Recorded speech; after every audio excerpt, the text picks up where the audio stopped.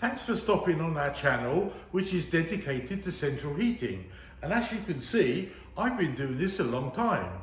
Whether you install or you have heating, hopefully my videos will make a difference, but please leave me a comment in the section below.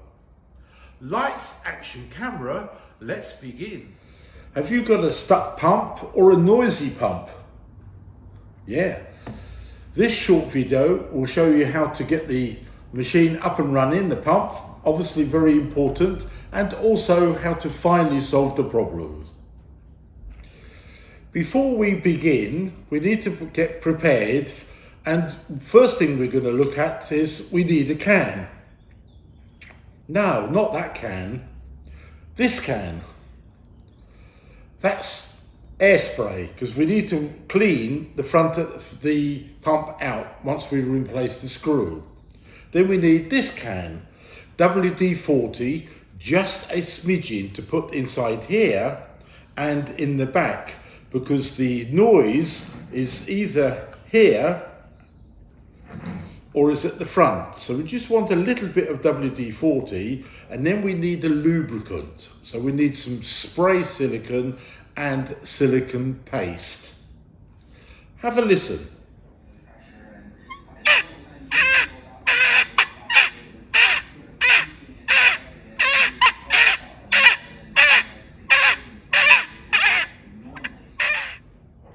So first of all, where we've got the pump inside the boiler, a Combi system in other words, there are new rules started from the 1st of January 2022 about replacing this for an ERP approved pump motor.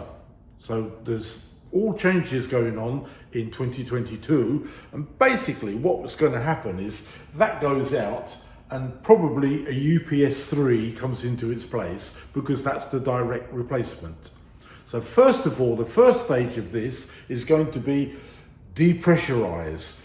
As I said in the other video, never remove that screw when the boiler is full of water, at least 1 bar, because it's going to jam at the front.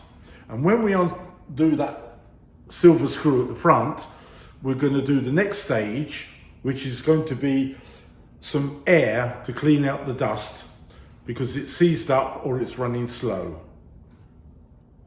The first part of this process is going to be removing some of the dust that could be seizing up here and close up of the screw and the innards, as it were. So we don't want to touch the screwdriver in there because of that damage. So first of all we're going to do is get a bit of air and clean it out, and then with our WD-40 we're just going to spray a little bit here inside it, all the way inside there, to start the process of cleaning it out, because we all know WD-40 is a really good degreaser. And then we can put the screw back in again and just leave it. While that's working, we can now start removing the pump and working on the next bit, which we can do on the bench. So now I've got the pump motor, the head, on my workbench.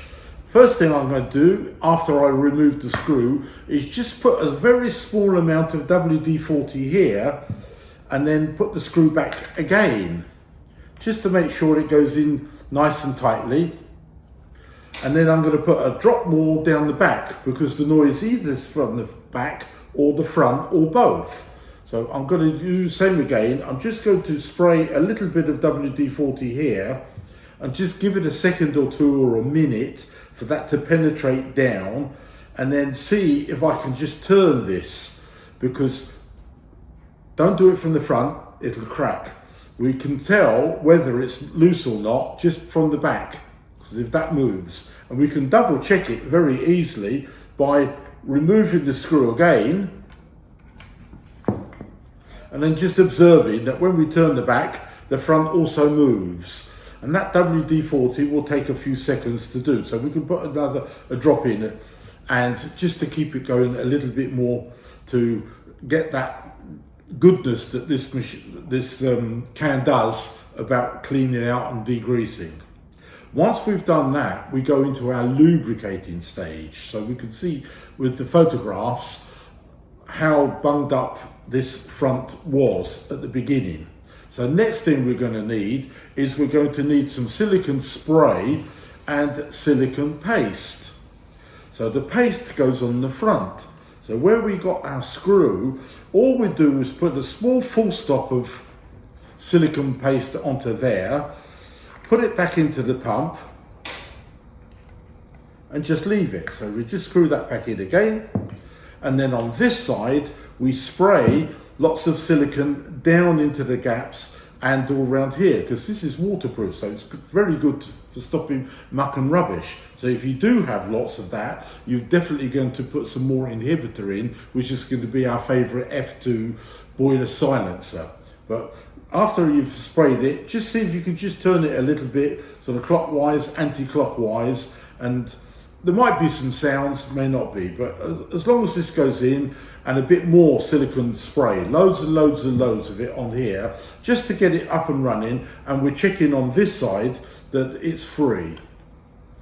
And that job is now complete. We can put it back into the pipes or inside the Combi boiler, fill up in the normal way, and don't forget just to crack open this screw, just to let a teardrop of water come out, because we don't want the screw to shoot out at all. Once we're happy that that's done, we can then just close it, and that's the end.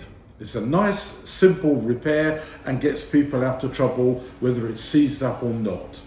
But basically, the ultimate solution is we're going to replace this one for the latest version from Grundfos. And that's likely to be, as I said earlier, a UPS 3. But check with the boiler manufacturer, because it could be a special. So always check with the factory the latest version of the pump that you'll want to replace it with, so this problem doesn't happen. But I hope this video's helped you a lot and gets you out of trouble.